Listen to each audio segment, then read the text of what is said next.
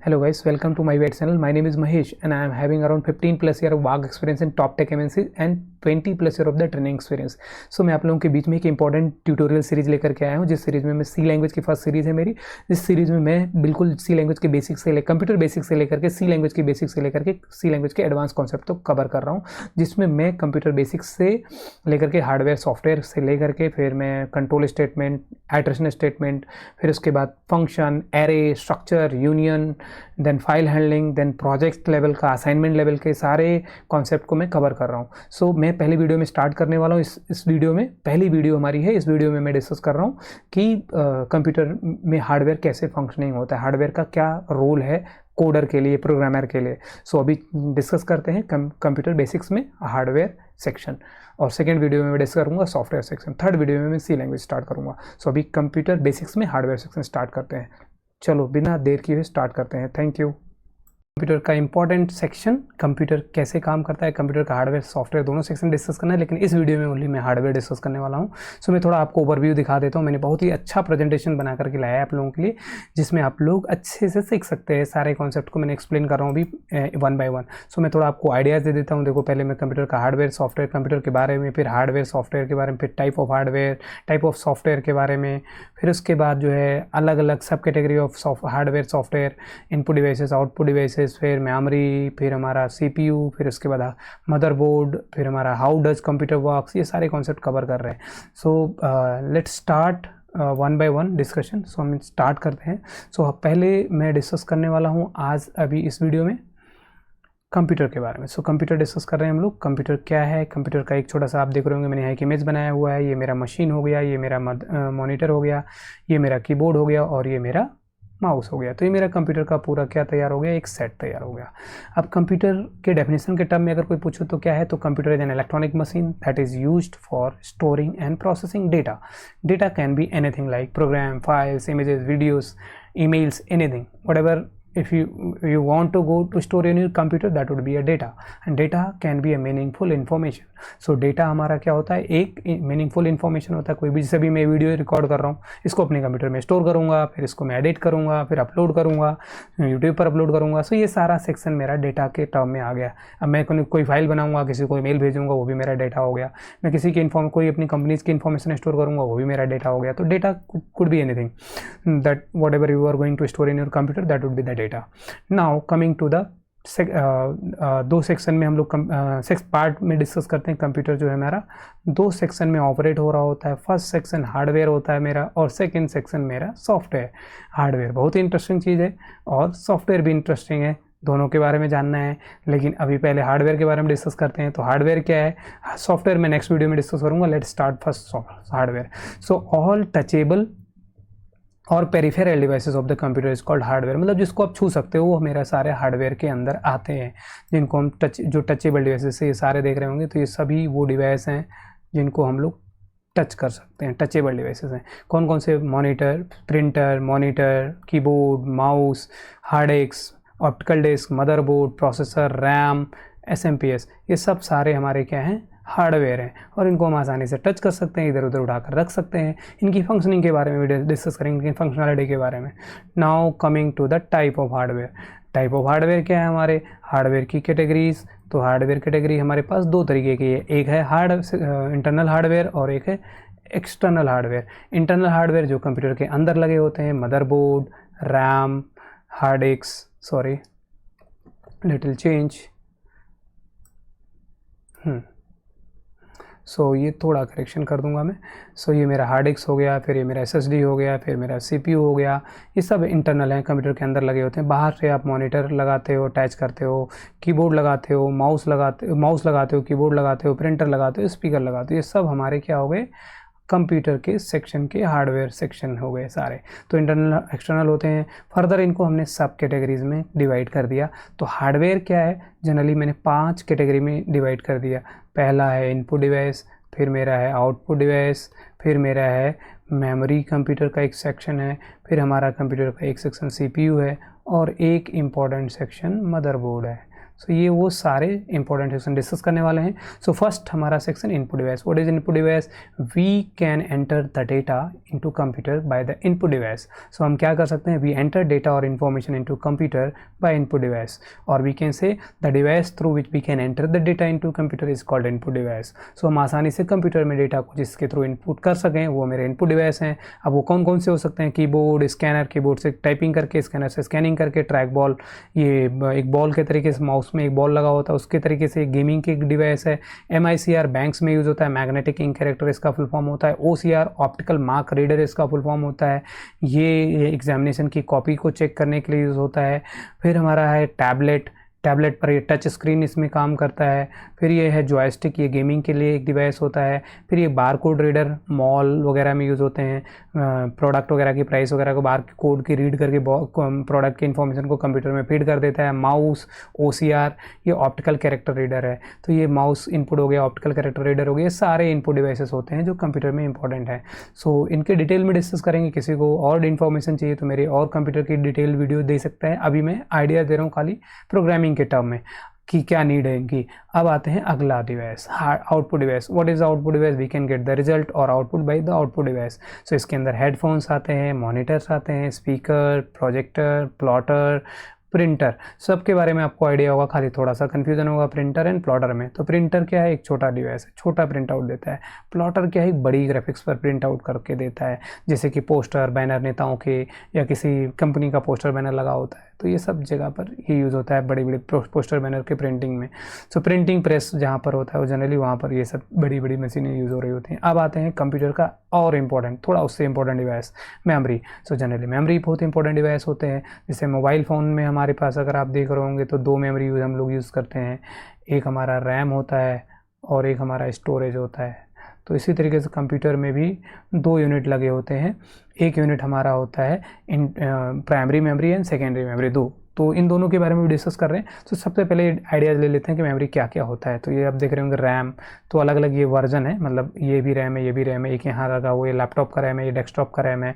फिर हमारे को देखोगे हार्ड डिस्क हो गया, external hard disk, USB pen drive हो गया, इंटरनल हार्ड डिस्क हो गया। फिर आज के टाइम में SSD यूज़ होता है, सॉलिड स्टेट डिस्क यूज़ हो रहा है, ये भी मेमोरी होती है कंप्यूटर में, बहुत ज़्यादा इंपॉर्टेंट मेमोरी, फास्टर मेमोरी है। आज के टाइम में पहले हार्ड डिस्क थोड़ी जो आती थी वो स्लो चलती थी, हार्ड डिस्क जो है वो स्लो चलती है।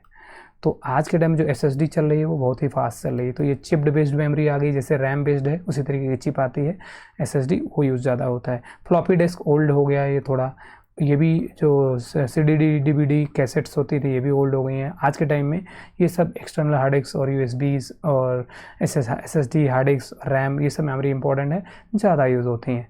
और आगे बढ़ते हैं, हम लोग डिस्कस करते हैं कंप्यूटर के मेमोरी को कैटेगराइज कर दिया गया 2 मेमोरी में, पहला प्राइमरी मेमोरी और दूसरा सेकेंडरी मेमोरी। प्राइमरी मेमोरी मतलब जिसकी फर्स्ट नीड, सेकेंडरी जिसका secondary need. So primary memory में हमारे पास रैम हो जाता है और रोम हो जाता है, एस रैम और डी रैम। एस का मतलब स्टैटिक रैम, डी का मतलब डायनामिक रैम, ई रोम और पी रोम। सो यहाँ पर ई मतलब ई और पी का फुल फॉर्म यहाँ मतलब हो गया इरेजेबल एंड प्रोग्रामेबल रोम हो गया, और पी रोम मतलब प्रोग्रामेबल रोम हो गया। तो ये भी 2 मेमोरी है जो कंप्यूटर में कुछ प्रोग्राम्स वगैरह को स्टोर करती है, जो कि कंप्यूटर के स्टार्टअप के प्रोग्राम को भी स्टोर करती है, और साथ साथ में कुछ एक्सटर्नल CDD DVD रोम के थ्रू हम लोग अपना और भी काम कर सकते हैं, स्टोरेज मेंटेन करते हैं। तो ये सब डिटेल में डिस्कशन करेंगे। अभी हमारे लिए सेकेंडरी मेमोरी इंपॉर्टेंट है, और सबसे ज़्यादा इंपॉर्टेंट मेमोरी SSD आज के टाइम में यूज़ होती है। तो ये भी कम यूज़ हो रही, ये भी कम यूज़ हो रही, ये भी कम यूज़ हो रही। सेकेंडरी में सबसे ज़्यादा SSD यूज़ होती है, और पेन ड्राइव यूज़ हो रही है आज के टाइम में, या एक्सटर्नल हार्ड डिस्क यूज़ हो रही है। तो HD यूज़ हो रही है, लेकिन वो EX वाली, एक्सटर्नल वाली। सो मिलते हैं आगे बढ़ते हैं, थोड़ा सा आगे चलते हैं, CPU के बारे में समझते हैं। नेक्स्ट डिवाइस CPU क्या है? सेंट्रल प्रोसेसिंग यूनिट इसका फुल फॉर्म है। It is a brain of computer, computer का दिमाग यही मेन हिस्सा है। इस CPU के अंदर भी जनरली 2 पार्ट होते हैं, CU और ALU, नीचे डिस्कस कर रहे हैं इसके बारे में। ये CPU का इंटरनल पार्ट हो गया, और ये एक्सटर्नल पार्ट जो बाहर से दिखता है। तो ये CPU का पार्ट हो गया, और CPU ब्रेन ऑफ कंप्यूटर होता है। CPU को 2 तरीके से CPU के अंदर 2 पार्ट होते हैं, CU कंट्रोल यूनिट और ALU। CU का फुल फॉर्म कंट्रोल यूनिट, और इसको अगर देसी भाषा में बोलें तो मैनेजर बोलते हैं। कंप्यूटर के सारे काम को यही मैनेज करता है।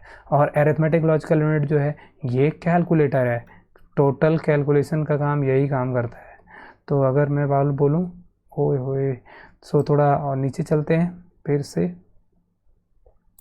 कैलकुलेटर का काम कौन करता है? ALU करता है। तो ये हो गया मेरा CPU। अब आते हैं मदरबोर्ड के बारे में डिस्कस करते हैं। तो मदरबोर्ड एक ऐसा बोर्ड है जो मेन बोर्ड है। It is a main board that is use placing for all the chips ICs and connection on it. सभी चिप्स कनेक्शन इसी पर लगे होते हैं। जैसे यहाँ पर क्या लगा होता है? रैम लगा होता है। इसमें क्या लगा होता है? CPU लगा होता है। डायग्राम उसी का और ये इमेज है उसी का।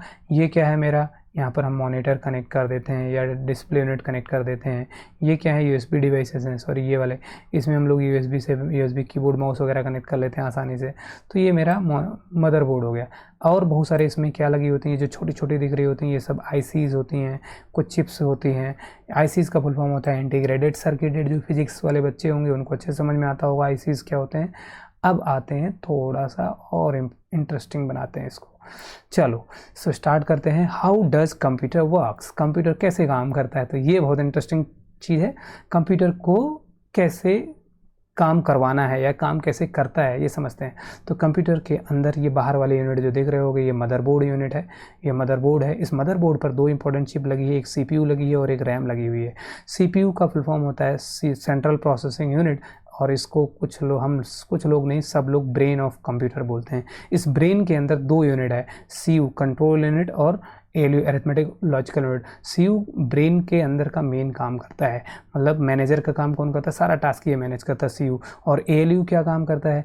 ALU टोटल कैलकुलेटर का काम करता है, सारा कैलकुलेशन यही काम करता है।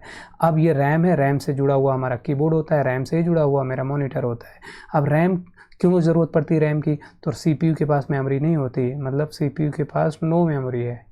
कुछ छोटे छोटे रजिस्टर होते हैं, उनको नहीं समझना है आपको, बस CPU के पास मेमोरी नहीं होती, ये समझ लीजिए अभी। तो CPU को सपोर्ट करता है कौन? रैम। तो रैम में डेटा स्टोर होता है, CPU को देता है, CPU उठा करके फिर से रैम में डाल देता है काम करने के बाद। तो सबसे पहले जैसे मान लो मैं 2+2 डाल दूँ, कीबोर्ड से डाला, तो सबसे पहले रैम में जाएगा, रैम से CPU के पास जाएगा, CPU ट्रांसफ़र करेगा ALU को, बोलेगा तुम इसको कैलकुलेट करो, मैं नहीं करता, मैं मैनेजर हूँ, मैं काम नहीं करूँगा। तो ये ALU करेगा, ALU कैलकुलेट करके ALU को रैम में, फिर ALU ने फिर से भेज दिया रैम में। अब आ जाएगा, भेजा तो ALU ने नहीं भेजा, भेजा CU ने, क्योंकि खाली ALU का काम है कैलकुलेशन करना, टोटल मैनेजमेंट CU करता है। सो अब आते हैं, मतलब CU ने ALU को बोला कि आप ट्रांसफ़र कर दो कैलकुलेट करने के बाद रैम में आ गया। अब मेरे पास आउटपुट आ जाएगा इस तरीके से। अब ये रैम पर क्या होता है? कैलकुलेशन, सारा डेटा तो स्टोर भी करता है, साथ साथ में सॉफ्टवेयर एंड प्रोग्राम्स को रन करता है कौन? रैम। कोई भी सॉफ्टवेयर प्रोग्राम रन होता है वो रैम पर रन होता है, और रैम एक टेम्प्रेरी मेमोरी है। जैसे ही कंप्यूटर शट डाउन होगा सारा डेटा रैम का ऑटोमेटिकली गायब हो जाएगा, तो ये चीज़ ध्यान रखना है। अब आता है तो फिर हार्ड डिस्क की क्या ज़रूरत है? तो इसी टर्म में कि हमारा कोई फाइल प्रोग्राम्स कुछ हम बनाए तो परमानेंटली सेव हो सके, तो उसी रैम से अटैच होता है मेरा हार्ड डिस्क HDD और SSD सॉलिड स्टेट डिस्क, ये दोनों ही मेमोरी रैम से अटैच होती हैं। जब भी कोई फाइल प्रोग्राम्स कुछ भी कोई बनाते हो तो जब सेव कर देते हो तो हार्ड डिस्क पर ट्रांसफ़र हो जाता है। साथ साथ में हार्ड डिस्क में ऑपरेटिंग सिस्टम प्लस एप्लीकेशन सारे इंस्टॉल्ड होते हैं इसी हार्ड डिस्क पर, और ये बहुत ही इंपॉर्टेंट रोल प्ले करते हैं। मतलब सारा इंस्टॉलेशंस कहाँ होता है? सारा इंस्टॉलेशन हमारा हार्ड डिस्क पर होता है। और जब कोई भी सॉफ्टवेयर एप्लीकेशन या OS आप खोलते हो तो सबसे पहले रैम पर जाता है, फिर रैम से डिस्प्ले पर आता है, और यहाँ से पूरे टास्क को कौन मैनेज करता है? CU मैनेज करता है। अब यहाँ आप देख रहे होंगे कि जैसे कीबोर्ड से डेटा मैंने डाला तो 0101 डाला, फिर 0101, यहाँ से जैसे 2+2 डाला तो पहले वो 0101 में कन्वर्ट होकर रैम में आएगा, रैम से फिर हमारे CU से ALU से फिर हमारा रैम, फिर यहाँ आएगा। तो ये पूरी जो जिस पर डेटा ट्रैवल कर रहा है उसको हम बोलते हैं बस। एक डिवाइस से दूसरे डिवाइस में जब डेटा जा रहा है उसको हम बस बोलते हैं। और ये जो डेटा ट्रांसफ़र हो रहा है इसको हम बोलते हैं मशीन लैंग्वेज या बाइनरी लैंग्वेज हम बोलते हैं। तो ये बाइनरी लैंग्वेज क्या होता है? कंप्यूटर से बाइनरी समझता है, इसीलिए इसको डिजिटल डिवाइस बोलते हैं। डिजिटल क्यों बोलते हैं? 0 और 1 ये दोनों डिजिट्स होते हैं। क्या? डिजिट्स, 2 डिजिट होते हैं, तो इसीलिए डिजिट्स पर कंप्यूटर काम करता है, इसीलिए इसको बोला जाता है डिजिटल को। क्या बोला जाता है? डिजिटल डिवाइसेस बोले जाते हैं। सॉरी, थोड़ा सा फिर से ऊपर चला जाएगा ये, तो वापस आता हूँ।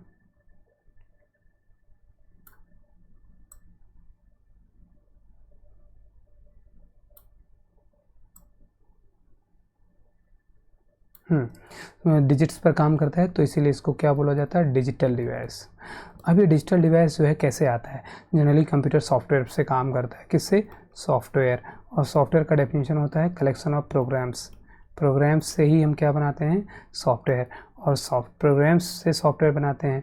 तो प्रोग्राम बनाने के लिए हमें क्या आनी चाहिए, कुछ ना कुछ प्रोग्रामिंग लैंग्वेज आनी चाहिए, प्रोग्रामिंग लैंग्वेज। तो जो हम लैंग्वेज में कोड लिखते हैं, प्रोग्राम्स लिखते हैं, वो प्रोग्राम्स सबसे पहले बाइनरी में कंपाइल होता है, फिर वो सॉफ्टवेयर बन जाता है। अब सॉफ्टवेयर ही बाइनरी इन्फॉर्मेशन सॉफ्टवेयर कंप्यूटर में डाल जाता है, फिर वो अपनी बाइनरी इन्फॉर्मेशन कंप्यूटर को एक डिवाइस से दूसरे डिवाइस पर ट्रांसफ़र करता है। तो हमें क्या सीखना है, प्रोग्रामिंग सीखना है, ताकि हम सॉफ्टवेयर बना सकें और आगे काम कर सकें। तो मिलते हैं, थैंक यू। नेक्स्ट वीडियो में डिस्कस करते हैं कंप्यूटर का सॉफ्टवेयर पार्ट। Thank you.